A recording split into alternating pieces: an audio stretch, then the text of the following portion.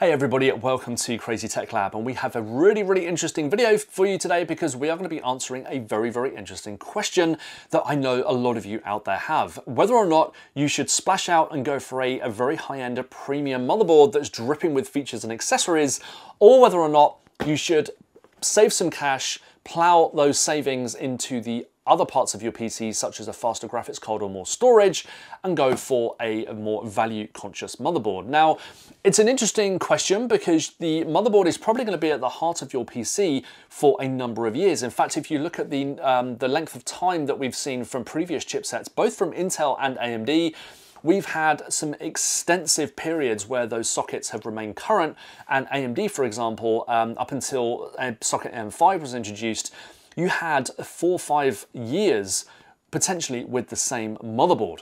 So you're going to want something that's going to last that length of time. It's going to have cutting edge features that are going to be somewhat future-proof, or as future-proof as you can get. And that for me is when opting for a more expensive, more premium motherboard from the outset might be beneficial to you. So lots of reasons though why you might consider going for a cheaper motherboard. As I've already mentioned, you will probably be able to save some money and put that towards a faster graphics card or more SSD storage and all that kind of stuff. So it's an interesting decision, and with the motherboard sitting at the heart of your PC, I can fully appreciate why a lot of you want to splash out and get a really nice feature-laden motherboard that's going to sit at the heart of your PC for perhaps the best part of half a decade. So while these motherboards, this one included, can cost an eye-watering amount of money, I think the MSI MEG X670E Ace that we've got here, fabulous motherboard by the way, this is going to set you back around $600 or more. That's a lot of money to spend on a motherboard, but again, if you're going to be using it over the best part of 4 or 5, maybe even 6 years, that means that you're only really spending about $100 a year to own what is essentially a masterpiece of a PCB. Motherboards like this one here, the X670E Tomahawk under the MAG range from MSI. Obviously Tomahawk, you'll probably be familiar with this model name. It's been part of the mainstay of MSI's lower end motherboards, and I've reviewed some fantastic examples of Tomahawk motherboards over the years as well.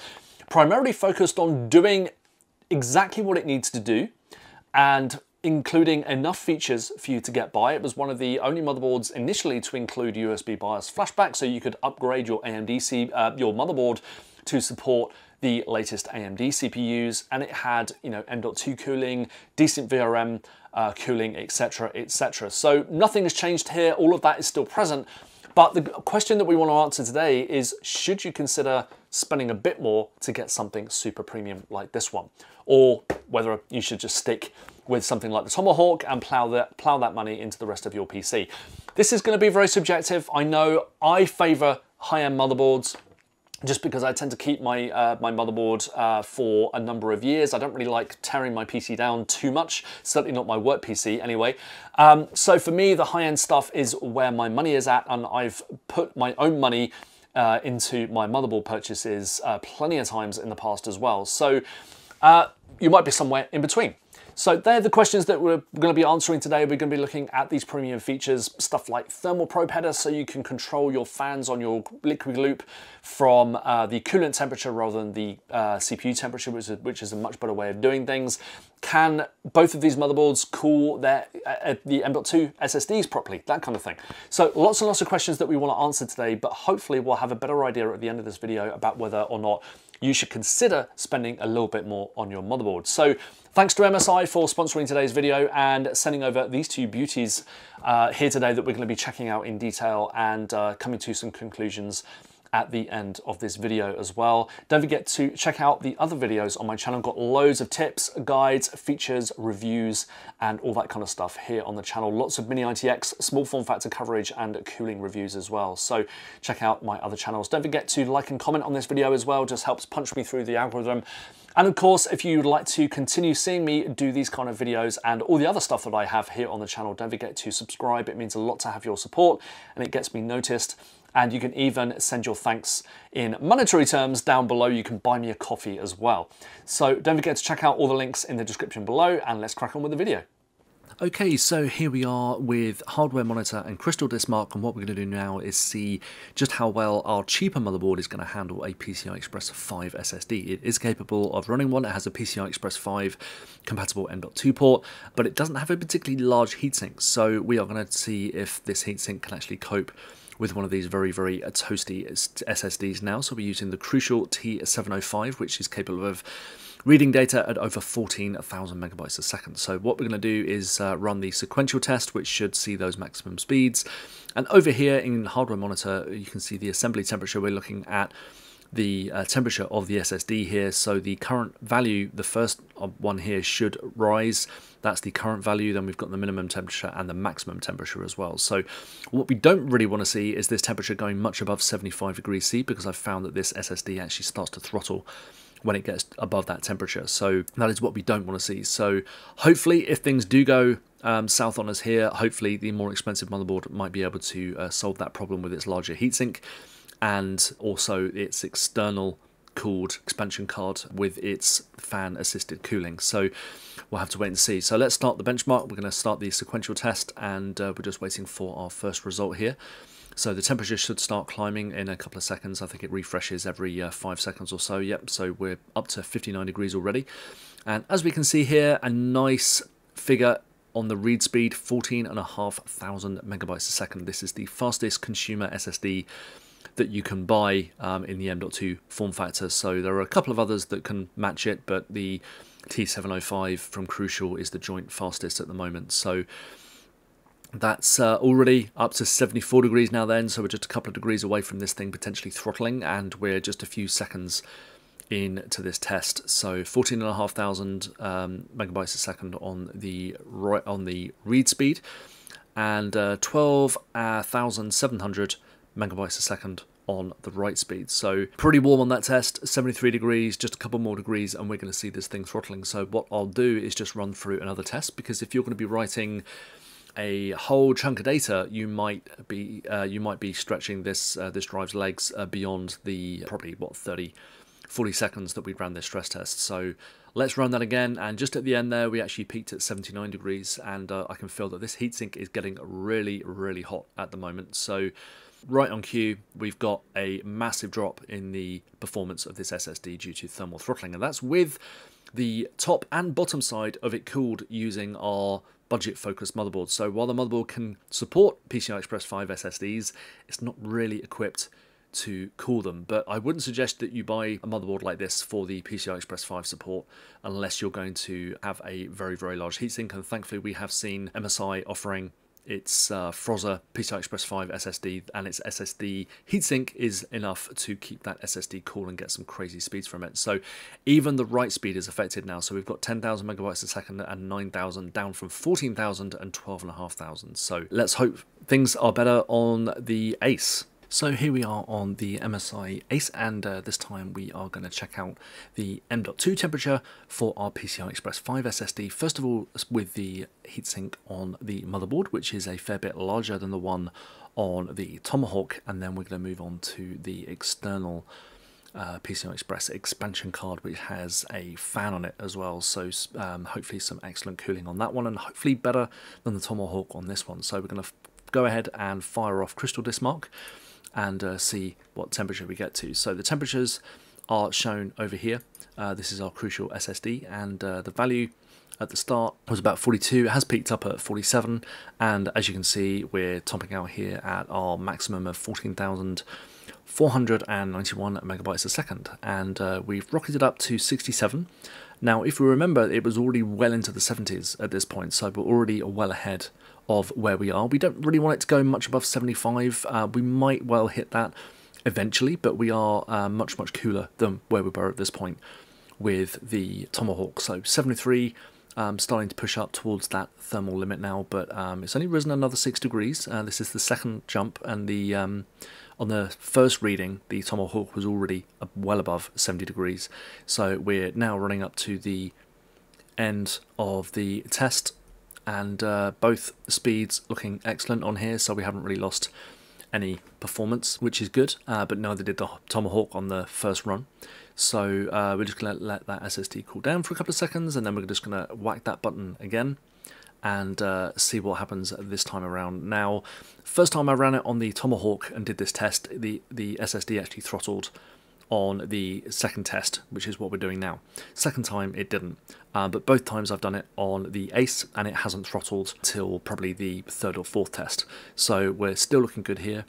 Still under the thermal limits. 77 degrees is the maximum so far, and it was already pushing well over 80 at this point on the other SSD. So 78, just holding off there, and now we're on the write speed. Obviously we're looking for about 12,500 megabytes a second. We don't really want to see it dropping off much away from that, because that would indicate some kind of throttling. So no, we are bang on the money on this test. So not amazing results, it has to be said, despite the larger heatsink, but they are slightly cooler than the Tomahawk. So we've obviously got the other card to test in just a moment. So once this test has finished, so we're up at 80 degrees now on the second test, which is all we ran on the Tomahawk, and just going to let that SSD cool down a bit and see when the temperature drops back to around 75, and just see if we can run another test. So if you're shoving loads of data around and all that kind of stuff, we're going to hit it with a third test now and see if it can continue to hold off the throttling.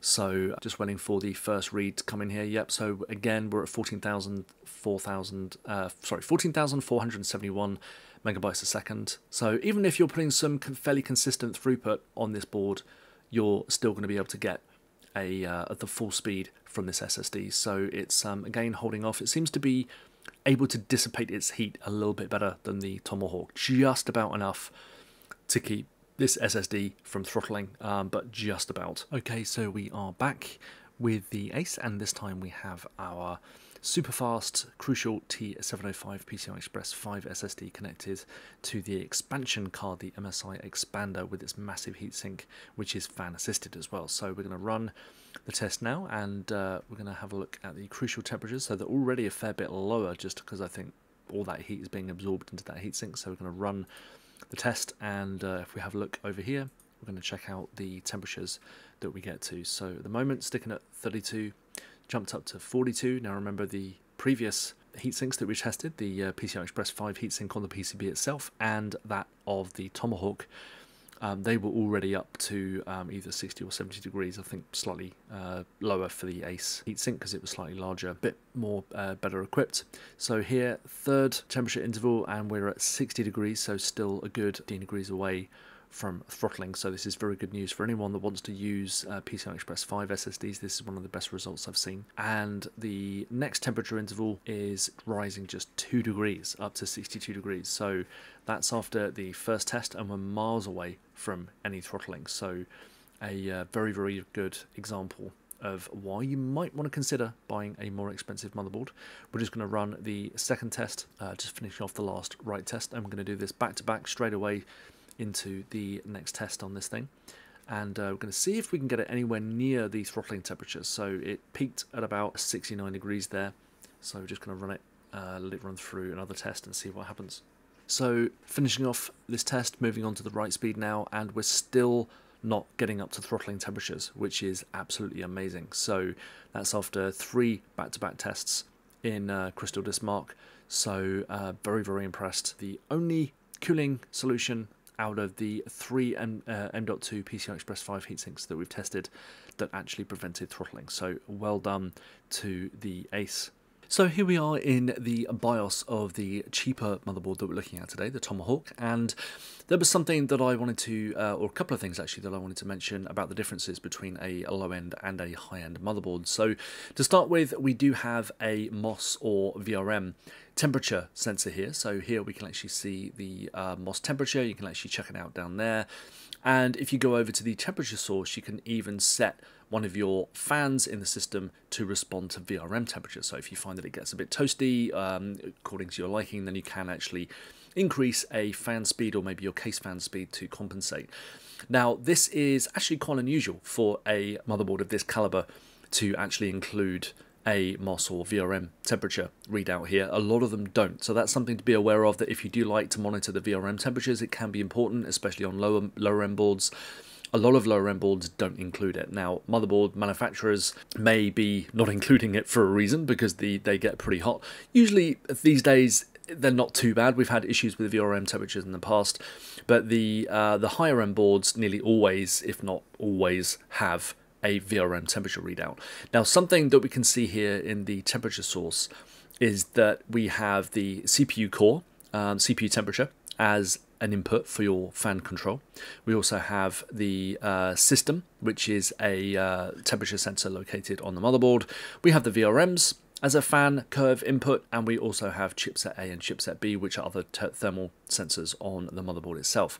What we don't have here is a thermal probe input, and we will have a look at, in just a moment, at how you set up the thermal probe input on the Ace board, the more expensive one that we're looking at today, because that does have that feature, and that's very, very useful if you want to add your own thermal input to control a bunch of fans. For example, as I mentioned earlier, the coolant temperature from your water cooling system, because if you run your water cooling system and its fans based off the coolant temperature, that's much, much better doing that than the CPU temperature, for the simple reason that if your CPU temperature starts to climb and your CPU's under load, then what you don't want is for your fans to ramp up instantly. You do with a heatsink, but you don't want to do that with water cooling, because the water will absorb a heck of a lot of heat before it actually increases in temperature. So you can actually have a bigger lull or a big period of time where you don't need to increase your fans, but the water essentially is doing a lot of the hard work there. So that means that you don't need to increase your fans quite as quickly, which means that you can have a quieter system for longer with custom liquid cooling. So that's generally how some high-end liquid coolers are configured out of the box as well. Unfortunately, you can't tweak that in this BIOS with the Tomahawk, because it's just kind of considered a low-end motherboard and it doesn't have any onboard thermal sensors. Okay, so here we are in the BIOS of the Ace motherboard, and what we have are a couple of extra sensors here in the fan control section. So we've got thermal sensor 1 and thermal sensor 2, and I have connected a thermal probe with a G1/4 inch thread on it, so you can connect it to a water cooling system. I've connected one of those to thermal sensor 1, and as you can see here, we have a readout. Now that's just reading the ambient air temperature at the moment, and it is 27 degrees in here. It's pretty warm because it's a very warm evening here in the UK, and I have all my doors and windows closed and the air conditioning off so I can talk to you guys. So what we've got here is a thermal probe, and what you can do with this is if you go up here and you change the temperature source instead of your CPU core to thermal sensor 1, the fan speeds, at the moment we've got the system 1 fan header. There are fans on there, but I've actually got it running pretty low at the moment. So what will actually happen is you can actually set the fans connected to this header to respond to that thermal sensor, and you can actually set other headers on your motherboard to respond to that very same header as well. So if you wanted, you could have all of them responding to the same header. But the point is that we're changing the source of the temperature to the thermal sensor. Now, when it comes to coolant, your coolant that's in your custom liquid loop probably won't go much above 40 degrees. So you'll want to be mindful of that when you're playing around with the fan curves. So here we can see the temperature down the bottom. We've got the fan speed on the left and the degrees on the right. So if we increase that first one up to maybe 22, that's probably where we want our fans to be kind of ticking over on our radiators. And then the maximum one, we want to have that way, way, way, way back here, because you don't really want the coolant temperature to be much above 40 degrees. In fact, if you are running rigid tubing such as PETG tubing, that has quite a low melting point. So it means that if your coolant actually runs much above 50 degrees, you could result in that tubing deforming, and that can spring leaks. So what you would probably want to do is set the maximum temperature at about 44 degrees, between 40 and 44, depending on what your system kind of has in it, depending on how quickly it will reach that. So what we've done there is set the maximum fan speed on the left to a temperature of 42 degrees, and then we've quickly come back from there, because this is your whole temperature range here, so you don't want to ramp it up too quickly, because it will be very, very slow to respond as that water absorbs the heat. So that's kind of something like what I would do, but obviously you need to test this with your system. You can see our temperature points over here. They're much, much more narrow than what you'd get with a an air cooler, for example, that would range between maybe 20 and 90 degrees for your CPU temperature, but we're not basing it on CPU temperature, we're basing it on coolant temperature in our water cooling system. So this is something that you will not find on low-end motherboards. It is only something that you find on high-end motherboards that include temperature sensors, such as the MSI X670E Ace. So here we are with the VRM temperature test, and over here on the left we can see hardware monitor, and the MOS or MOS is the result that we want to look at, because that is the temperature of the VRM. So again, it's actually quite unusual for a motherboard to have a VRM temperature readout in software, just like this. Usually I've had to use IR Probe or something like that to read the VRM temperatures on some of the lower end motherboards, but MSI has been pretty good in including this very important temperature even in its lower end boards. But usually, as I mentioned, you don't see this option, and you probably won't even on MSI's motherboards as you dip below $200 or so. So what we're going to do now is run the multi-core test, and we've got it on a 10-minute loop to test for throttling, and what we will probably see is the temperature increasing from its current 37 degrees. It's already risen to 39, so we're just going to hang out here for a minute and see what the temperature is after a little while. So here we are after about 7 or 8 minutes of the test, and the MOSFETs have increased to 52 degrees C. So that's not too bad. If it had gone over 60, I might have some cause for concern, but we are dealing with a fairly powerful Ryzen 9 7900X processor here. So obviously if you're going to go for the 7950X, that might go up a little bit more if you start tweaking with voltages and that kind of stuff, but usually you're dialing down voltages with Ryzen 9000. This is the out-of-the-box scenario settings here, so that's why you can see some of the temperatures going pretty sky high down the bottom. It's literally as you would use it out of the box with this processor. So we will have to wait and see if the Ace can match or lower that temperature. So now we are going to look at the VRM temperatures again. So that sensor obviously over here is MOS and in a hardware monitor, and we have a target of around 52 degrees, I believe, to beat with this motherboard. So I'm pretty confident that it's going to do it, because we've got some much larger heat sinks here. So we are going to go ahead and run this test, and first of all, it's also worth noting that you can see the thermal sensor result or output in hardware monitor as well, so that might help you in gauging what temperatures your motherboard is doing. So that's the thermal sensor result that we spoke about a minute ago. So let's keep an eye on the MOS temperature though, and let's hit the multi-core test in Cinebench. And the MOS temperature, VRM temperature at the moment is 36 degrees. It's peaked up at 39. So we're just going to let this do its thing for the next 7 or 8 minutes. Okay, so here we are after 7 or 8 minutes of running Cinebench in the multi-core test, and we have a final peak VRM temperature of 45 degrees, so a fair bit cooler than the VRMs on the Tomahawk. Now, the two motherboards that I've looked at from MSI today are based on the same chipset, the X670E chipset from AMD, and they represent either ends of that spectrum pretty much. So the Tomahawk is a much cheaper way of getting onto that chipset, and the Ace is a much more expensive way of getting onto that chipset. So what we're looking at here today in this video is mainly focusing on what happens if you do that. If you know that you want a specific chipset and you end up going for a more expensive board rather than a cheaper one. And there is a big price difference, even though they use the same chipset, which is AMD's flagship chipset for now. But of course, there are much cheaper motherboards out there. There are cheaper chipsets such as B650 with AMD, and that's when you start to see even more features being cut away. Now, some features, especially USB, tend to drop off quite significantly. To make sure that they have enough ports, they have to reduce the speed and the bandwidth that those USB ports offer, so you might see more very slow USB 2 ports being introduced. Now, they're fine for keyboards and mice and that kind of stuff, but you certainly wouldn't want to connect a fast USB flash drive there, because they will probably cap out at about 40 megabytes a second, whereas your flash drive can probably, well, even a $10 USB flash drive from Amazon these days can hit 100 megabytes a second, so you're immediately seeing a reduction in speed. But even with a faster USB 3 port, Some of the faster external SSDs, such as the Crucial X9 Pro I've got in front of me right now, they can hit over 1,000 megabytes a second. And some can even hit 2,000 megabytes a second with the right hardware. So if you have one of those SSDs, and I highly recommend looking at them if you regularly transfer a load of data around, gigabytes and gigabytes of stuff, and you need to transfer it quickly, I can highly recommend one of those, and I'll put a link to it in the description below.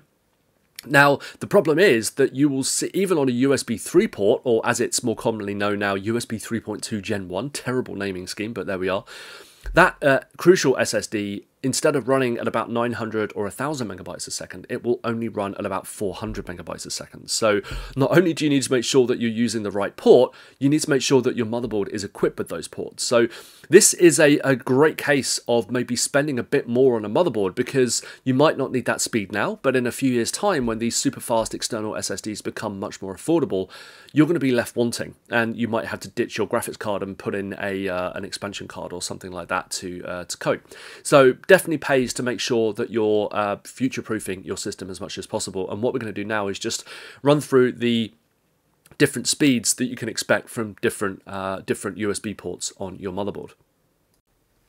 So now we are going to have a look at the differences in speeds across a couple of different USB ports. So first up, we're going to have a look at the USB 3.2 Gen 2 port, which is generally a feature that you can expect to see on mid-range to high-end motherboards. High-end motherboards do have even faster ports, but we're actually just going to be focusing on these two today, because it's where you start to spend a little bit more money and you get either more of these ports, or you start to actually see these faster ports on your motherboards. And as I mentioned, some of the faster SSDs out there that are capable of doing much more than 500 megabytes a second read and write, you will need one of these ports to actually make use of those super fast SSDs. So let's see what happens when we fire up our Crucial drive, and got Crystal Disk Mark here, so we're aiming for between 900 and 1,000 megabytes a second. Crucial's actually got one that does 2,000 megabytes a second as well. So for that one, you actually need a USB 3.2 Gen 2x2 port, which is a step above this one. So that's worth considering, but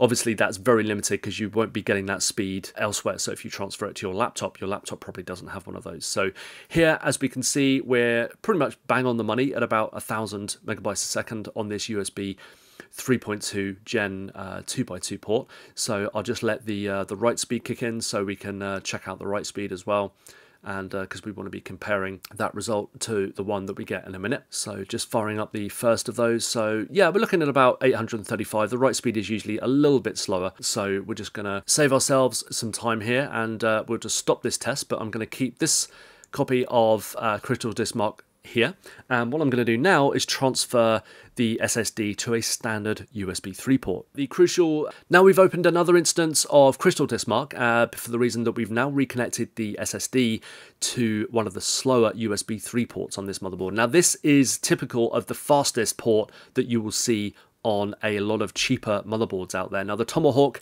has the faster port because it has a more premium chipset, but as you can see, if your motherboard doesn't have one of the faster USB ports out there, your speed is going to be, well, it's catastrophically lower, isn't it? It's less than half of what we saw from the USB 3.2 Gen 2 port on the Tomahawk. We've now switched to a USB 3 port on the same motherboard, and now this is the speed that we're getting. Now, obviously, the Tomahawk is still what I consider to be a mid-range board. It's got the highest end chipset from AMD, but it is the lower end, one of the cheapest boards that you can get that has the X670E chipset. But if you dip down to B650 and you go to some of the real cheap motherboards on AMD and Intel's platforms, some of them don't even have the faster USB ports. The speed on the right is the maximum that you will see because they only have USB 3 ports. So, and the write speed as well there, barely half of what we saw with the faster USB ports. So it's not just the other features that you've got to be concerned with. USB ports can be affected as well if you go for a cheap motherboard.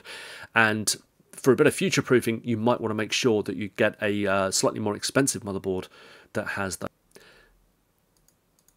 Now, something else that can differ between motherboards are the Wi-Fi modules and also the Wi-Fi antennas. So some of the more expensive motherboards tend to have antennas that can sit on top of your PC or even on your desk, and they can be magnetic, so you can connect them to something, whereas the cheaper motherboards, and the Tomahawk included, just have antennas that bolt into the back of the motherboard, which is fine, but obviously they can end up being a little bit further away from your router than a desktop mounted aerial, for example, and you might get a slightly more elaborate aerial in the desktop version, etc, etc. So what we're going to do in this test is just run a simple Wi-Fi test with my broadband at home. So my internet is rated at about 1 gigabit. I usually see between about 300 and 500 on my iPhone, so I'm expecting similar on these PCs. So nothing is different other than the aerial. They both have the same Wi-Fi modules. So we're up with the Ace first, and we'll just see which caps out at.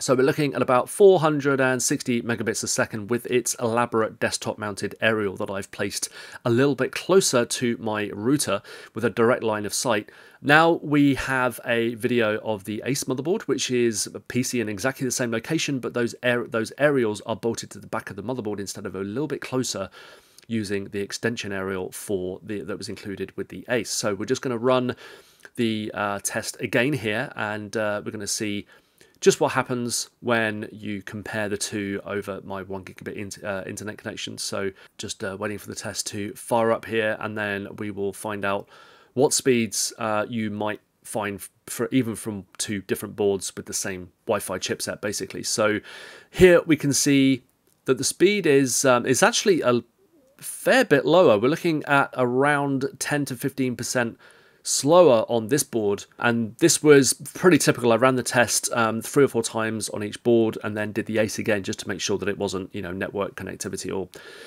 my neighbors hammering their broadband or something like that. This was pretty consistent. The Tomahawk was consistently a little bit slower than the Ace with its extension cable that was placed in a slightly more favorable position. So even with Wi-Fi, things can be slightly better if you go for a more expensive motherboard. So hopefully this video has made things a little bit clearer as to whether or not you should spend a little more on your motherboard and go for something a little more premium next time. So the MSI MEG X670E Ace is a great example of that. As you can see here, it looks fantastic. It's got incredible RGB lighting, big PCB, and absolutely dripping with features. But there are plenty of reasons in this video that we've discussed already about why you might want to consider a premium motherboard. But one of the key points really for me is that opting for something a little more premium at the outset, especially with sockets such as Socket AM5 lasting best part of half a decade, when you buy a motherboard, especially a premium one, it's probably going to come with a lot of features that you might seem to be superfluous at the time. They just seem like they're too premium, they're not going to become mainstream, but actually over time they do become mainstream, and you'll be very glad that you did actually buy that motherboard in the first place as opposed to a much cheaper one. Now, when it comes to other features, we've seen things such as Wi-Fi performance, M.2 cooling, VRM cooling, all of those kind of things. They generally perform better on more premium motherboards for a variety of reasons. And it's for those reasons, plus the fact that you'll be investing in something that could be at the heart of your PC in half a decade, those reasons are why I would always try and get the best motherboard for my budget. Now, that's not to say that you should go out there and drop $1,000 on a motherboard. I'm absolutely not saying that. But when it comes to shying away from spending $300, $400, $500, $600, it's maybe not quite as clear-cut as you think. Now, it depends on the budget for the rest of your system, of course. If you're aiming for a mid-range PC, then there's absolutely no point in spending $600 on a motherboard. Your money would be much better spent on a bigger SSD or a faster graphics card, for example. But if you're already building a high-end PC and it's got, you know, flagship or near-flagship graphics cards and processors in there, you might want to consider spending a little bit more on your motherboard as well. Now, the other motherboard that we had today, the MEG X670E Tomahawk, is a relatively good example of a more budget-focused motherboard. In fact, that's one of the cheapest, if not the cheapest, X670E motherboard out there right now. So kind of a contrast between the Ace and the Tomahawk here. Tomahawk around $600 and the Tomahawk a little over $200. Now, there are obviously a lot cheaper motherboards out there today. I wanted to kind of keep it within the same chipset realms here, but there are far cheaper motherboards out there. When it comes to comparing a premium motherboard with those, there's obviously much bigger differences.